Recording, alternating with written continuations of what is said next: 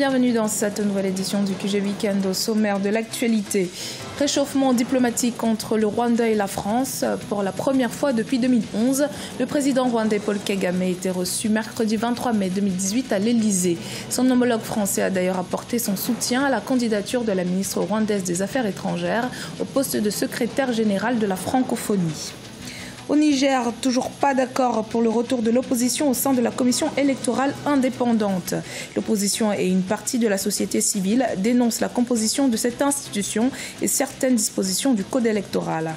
Et puis, opérationnalisation du marché unique de transport aérien africain. Lomé, la capitale togolaise, abrite depuis le 25 mai la 4e réunion du groupe de travail ministériel sur l'opérationnalisation de ce marché qui sera un outil important de développement économique pour le continent. Après plus de 2 décennies de relations diplomatiques très tendues, le Rwanda et la France semblent vouloir mettre fin à leurs différends, mais sans toutefois oublier le passé, selon les chefs d'État des deux pays. Selon les experts, c'est ce qui transparaît de la visite officielle du président rwandais Paul Kagame à Paris ce 23 mai. Visite lors de laquelle le chef de l'État français a d'ailleurs annoncé son soutien à la candidature de la ministre rwandaise des Affaires étrangères au poste de secrétaire général de l'Organisation internationale de la francophonie. Fratenda Kiaisenga.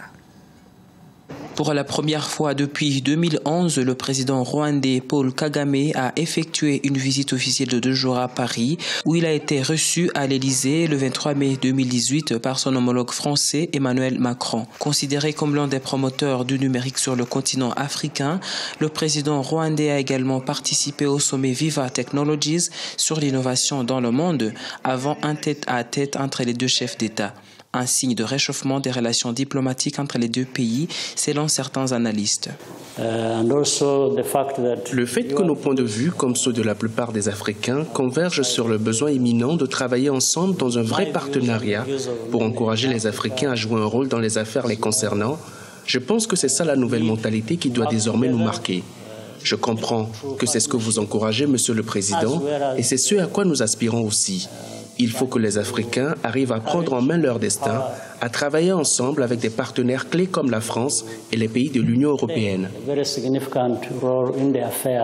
Au cours d'une conférence de presse, le président Emmanuel Macron n'a pas manqué d'annoncer le soutien de la France à la candidature de la ministre rwandaise des Affaires étrangères, Louise Mushikiwabo, au poste de secrétaire général de l'Organisation internationale de la francophonie. Mais aujourd'hui, l'intérêt supérieur guide chaque camp et la France doit faire le compromis parce qu'eux, ils veulent avancer, comme le Rwanda aussi doit pouvoir avancer à un moment donné. Donc, les deux trouvent quand même un point qui va au-delà de mon point de vue, contre ton point de vue, mais le point de vue supérieur qui pourra être régler le problème pour qu'on aille de l'avant. Donc, que ça ne vous surprenne pas qu'il y ait Commonwealth, en même temps, le Rwanda dirige, espérons et prions que ça se passe. Et le Rwanda dirige la francophonie et en même temps, ils sont des pionniers au Commonwealth.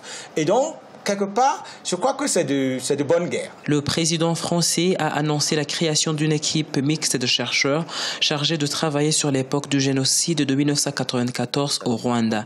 Il a aussi indiqué qu'il allait poursuivre le processus de déclassification des archives sur ce sujet, processus qui avait été entamé par son prédécesseur François Hollande. Au Niger, certaines dispositions du code électoral et la composition de la commission électorale indépendante du pays continuent de diviser la classe politique. L'opposition refuse toujours de prendre sa place dans la commission électorale qui s'active dans la préparation des futures élections. Reportage de notre correspondance à Doualizé Mokhtar. Toujours pas d'accord pour le retour de l'opposition au sein de la commission électorale indépendante au Niger. L'opposition et une partie de la société civile recusent la composition de cette institution et certaines dispositions du code électoral. De son côté, le pouvoir, tout en invitant l'opposition à venir le plus tôt possible à la CENI, estime que cette coalition de l'opposition n'a pas l'intention d'aller aux élections. Un processus électoral n'a pas de valeur lorsqu'il n'y a pas un consensus autour des questions.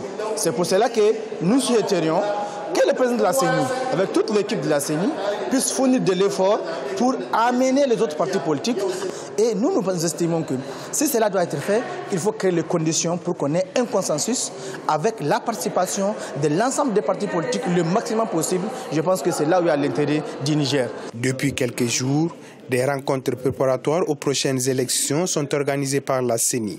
Récemment créé, le nouveau front politique de l'opposition, le Front démocratique et républicain FDR, a décidé de ne pas participer à ces concertations. Par ce boycott, les partis politiques réunis au sein du FDR disent réaffirmer leur position de ne pas prendre part à aucune rencontre avant l'organisation d'un dialogue national. Il faut que la majorité au pouvoir accepte de faire les dialogues à travers le CNDP. L'opposition, les non-affiliés, acceptent de rejoindre le CNDP et de poser les vrais débats autour du code électoral, trouver un compromis, un consensus. Installée le 3 novembre 2017, la Commission électorale nationale indépendante a déjà établi son chronogramme. Ainsi, le premier tour de la présidentielle aura lieu le 27 décembre 2020 et le second tour le 21 février 2021. Les élections législatives, elles se tiendront le 16 janvier 2021. Elles seront précédées par les élections municipales et régionales prévues se tenir le 12 janvier 2020. Le Togo et une vingtaine de pays membres de l'Union africaine s'activent pour l'opérationnalisation du marché unique de transport aérien africain. Décidé depuis 1999 à Yamoussoukro avec les signatures de 44 pays, ce marché tarde à se mettre en place. Un marché qui représente pourtant un outil important de développement économique et présente de nombreux avantages. Les détails dans ce reportage de notre correspondante Aimé Fakofi. 80% du trafic aérien en Afrique est assuré par des compagnies aériennes non africaines. Un manque à gagner pour le continent dont ses dirigeants veulent relever le défi du marché aérien commun. Ceci à travers l'opérationnalisation du marché unique de transport aérien africain. L'initiative est de l'Union africaine. Elle a été approuvée par les chefs d'État et de gouvernement en juillet 2000. À ce jour, une vingtaine de pays membres de l'Union africaine ont signé cet engagement en faveur du marché unique de transport aérien. Si nous avons rejoint volontairement le marché aérien commun, nous devons rapidement nous préparer à ouvrir nos marchés. Nous avons 26 pays, nous serons prêts à s'ouvrir et cette rencontre permettra de briser toutes les barrières entre les 26 pays, harmoniser les accords bilatéraux. Quand le marché deviendra opérationnel ainsi que les compagnies aériennes entre elles, nous verrons que les frais de voyage reviendront moins chers aux populations. Il y aura une hausse des fréquences de vol et la création d'emplois. Lomé, la capitale togolaise, abrite jusqu'au 28 mai la 4e réunion du groupe de travail ministériel sur la question. Le Togo qui pilote ce projet a pour sa part signé l'engagement d'adhérer à la création de ce marché unique le 15 février 2017. Les avantages de rendre opérationnel ce marché sont multiples. En plus de favoriser la libre circulation des biens et des personnes, il permettra de desservir en un temps record les villes africaines et faciliter la collaboration entre les compagnies du Nord. Connectivité améliorée.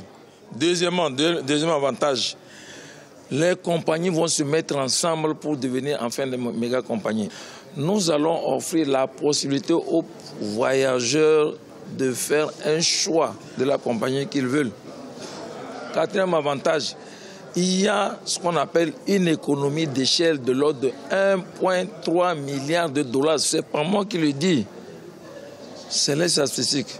Il y a une possibilité d'emploi direct de 300 000. Le marché unique de transport aérien africain devrait être opérationnel depuis 2002. Aujourd'hui, les choses commencent à véritablement bouger avec la signature le 22 mai 2018 d'un accord bilatéral entre Askai Airlines et Rwandair, désignés pionniers du marché unique d'Afrique. Le Maracana est une discipline sportive créée en Côte d'Ivoire dans les années 70. C'est une variante du football qui se joue assis sur surface réduite. La Fédération internationale de Maracana veut la promouvoir en Afrique du Nord. Elle espère pouvoir utiliser la Tunisie comme point d'expansion du Maracana dans la région. Reportage de notre correspondant Olivier Connor. Vers un développement du Maracana en Afrique du Nord. C'est une variante de football qui se joue à 6 sur une surface réduite. Créé dans les années 1970 en Côte d'Ivoire, le Maracana a pris de l'ampleur dans plusieurs pays, principalement d'Afrique subsaharienne. La Fédération internationale de Maracana Association se fixe pour objectif de développer la discipline en Afrique du Nord. Elle compte utiliser la Tunisie comme tête de pont de cette pénétration. Les Tunisiens pratiquent en effet un football à 6 similaire au Maracana. La Tunisie est invitée à participer à la prochaine Coupe d'Afrique des Nations de Maracana. Ils sont prêts à venir au nom de la Tunisie parce que c'est un club officiellement reconnu, un club, j'allais dire même professionnel, qui est officiellement reconnu. Ils viendront, lui, il est bien placé pour vous le confirmer, mais j'ai échangé avec lui, ils sont déterminés à venir représenter le drapeau, le fanion tunisien. Pour les Tunisiens, les Africains doivent s'approprier l'une des rares disciplines sportives originaires du continent. À l'instar du football à 6, l'esprit de fraternité du Maracana devrait favoriser son implantation en Tunisie. C'est un mélange de toutes les catégories sociales, toutes les catégories aussi hiérarchiques. Vous trouvez un PDG, vous trouvez aussi un chômeur, vous trouvez un fonctionnaire, vous trouvez un ouvrier. Donc tous, on joue ensemble et ça, l'esprit qu'on veut développer. Parce qu'on a marre, sincèrement, le foot à 11, je parle au moins en Tunisie, c'est dégradé. La Coupe d'Afrique de Maracana se déroulera en Côte d'Ivoire du 24 au 30 septembre 2018. En attendant, l'attention des amoureux de Maracana sera focalisée à Yamoussoukro où se disputeront ce 27 mai les phases finales du championnat national de Côte d'Ivoire. C'était le journal de la rédaction. Merci de votre fidélité. Dans un instant, une nouvelle édition de l'actualité sur Africa 24.